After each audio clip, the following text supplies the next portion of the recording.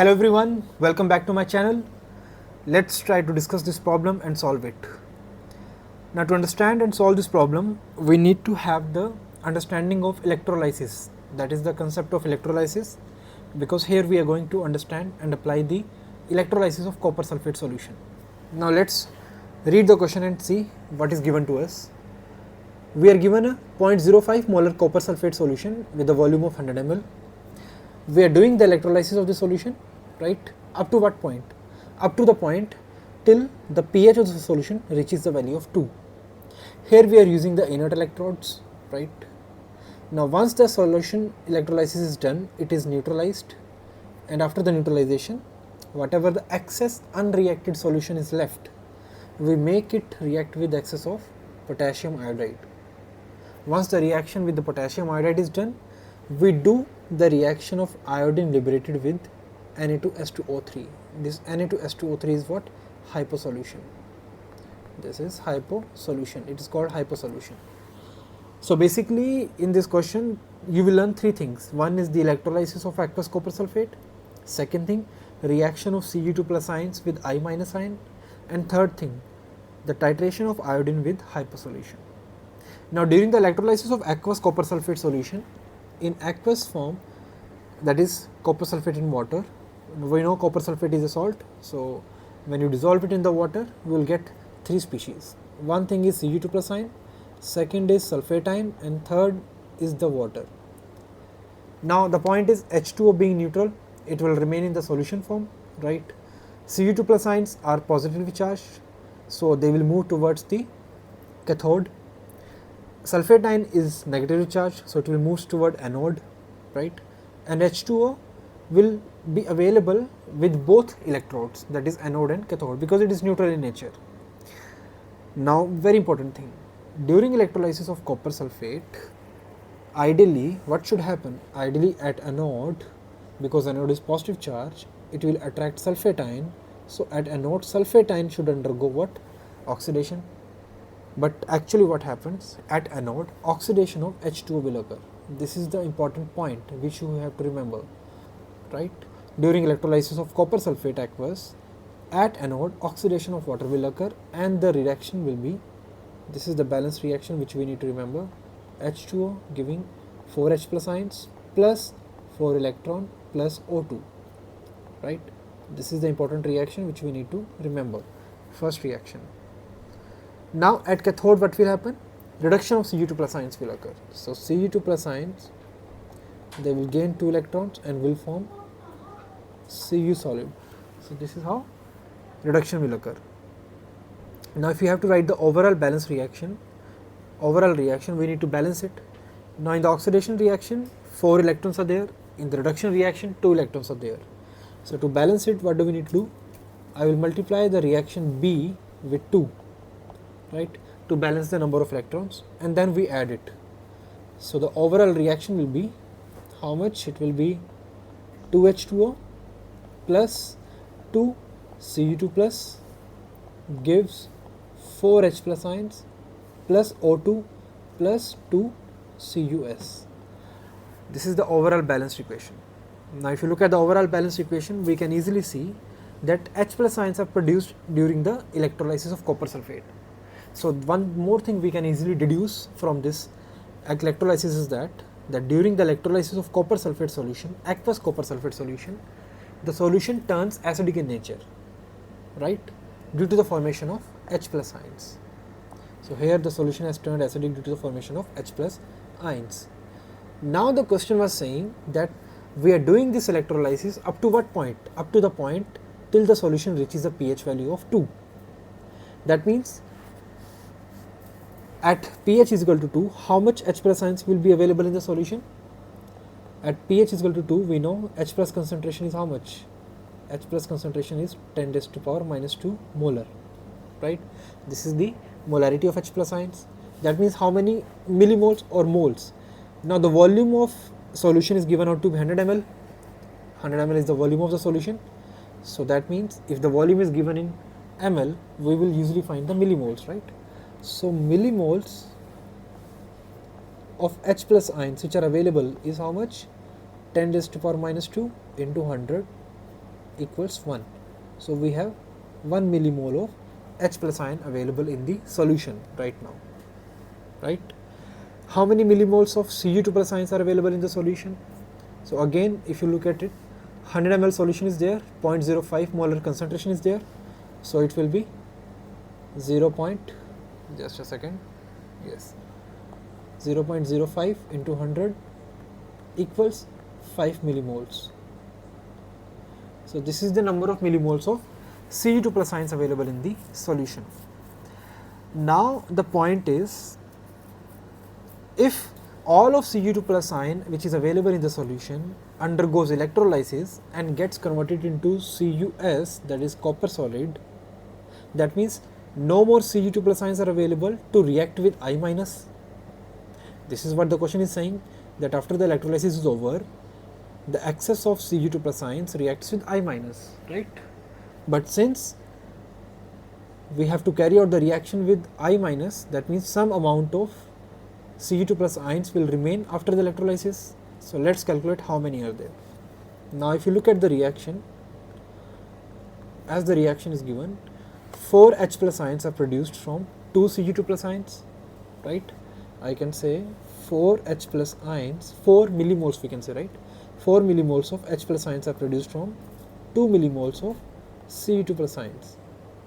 Then 1 millimole of H plus ion, because this is the actual value which is available in the solution, the available H plus ions, right? So 1 millimole H plus ion is produced from how many millimoles of Cu2 plus? It will be 2 upon 4, which is equal to how much? 0.5, that is 1 by 2 millimoles, right? That means if 4 H plus ions or 4 millimoles of H plus ions are produced from 2 millimoles of Cu2 plus, then 1 millimole is produced from 0.5 millimoles of Cu2 plus ions. That means 0.5 millimoles out of 5 millimoles. 5 millimoles is what? Available total. Out of 5 millimoles, 0.5 millimoles of Cu2 plus ions have done the reaction, right? Have undergone electrolysis. That means remaining how much? Remaining Cu2 plus ions are, millimoles are 4.5, right? It will be 5 minus 0.5, which is equal to 4.5 millimoles. Now these 4.5 millimoles will actually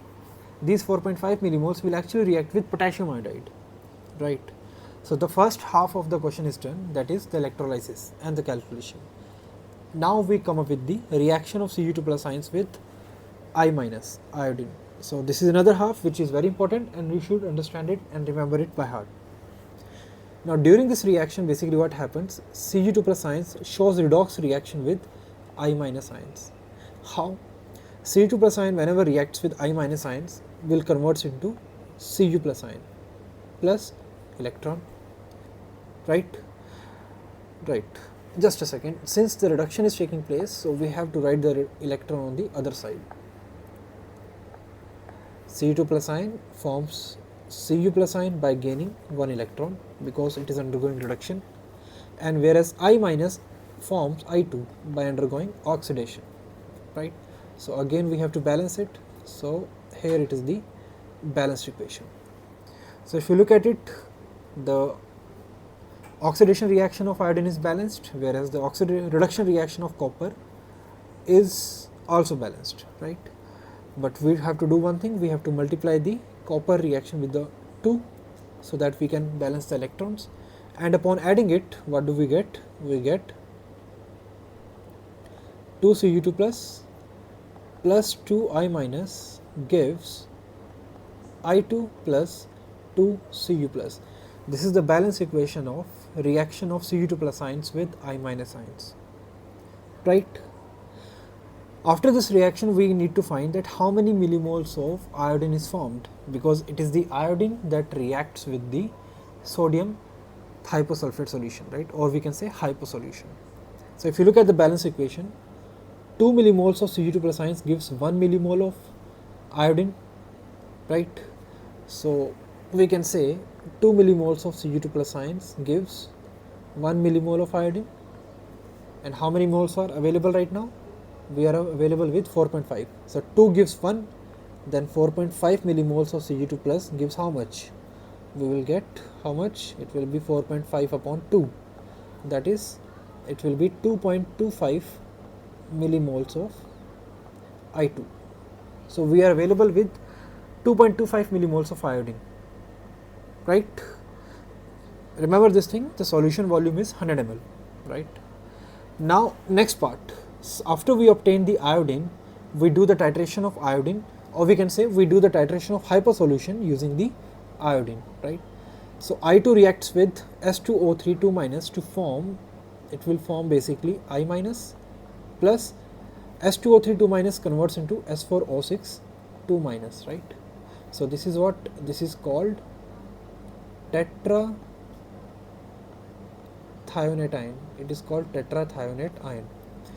Now if you look at this equation, it is balanced. Just a second. Yes, now it is balanced, and we need to find the change in the n factor, or we can say we need to find the n factor of this equation, because ultimately what do we need to do? We need to find the volume of hypersolution required for this reaction. So if you look at the iodine, its n factor is how much? Its n factor is 2 into 1, which is equal to 2. In the case of hypersolution, sulfur has the oxidation state of 2, and in S4O6 it is 2.5. So the overall change is how much? Overall change is 0.5 into 1, which is equal to, 0.5 into 2, which is equal to 1, right? Now since it's a redox reaction, so we can do one thing, we can equate the milliequivalents of iodine with the milliequivalents of hypersolution. So milliequivalents of iodine are how much? It will be, millimoles are how much? 2.25 into n factor is 2 equals milliequivalents of S2O3 2 minus. So it will be 1 into, okay, we have to find the, let's say how much concentration is given, 0.04 molar Na2S2O3 is given, right? So milliequivalents we need to find, we need to find the volume in ml. So milliequivalents we can easily find. Milliequivalents are how much? Milliequivalents will be normality into volume in ml.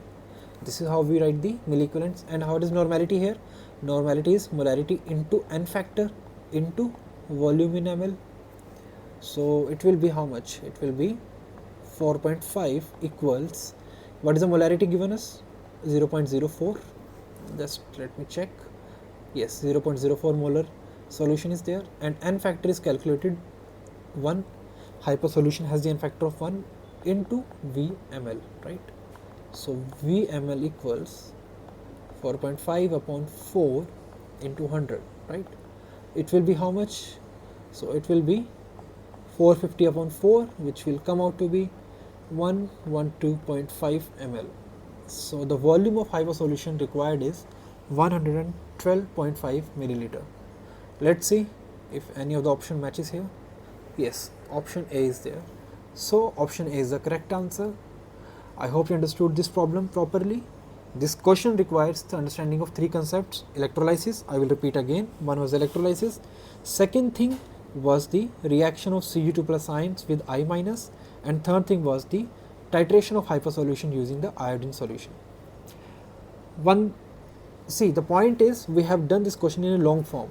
One shortcut way is that since all of this is taking place within one container, one reactor, we can do one thing, that once we have obtained this balance reaction, this one, so here we can say that milliequivalents of Cg2 plus ions is equal to milliequivalents of I2, and milliequivalents of I2 is equal to milliequivalents of sodium hypo solution, right?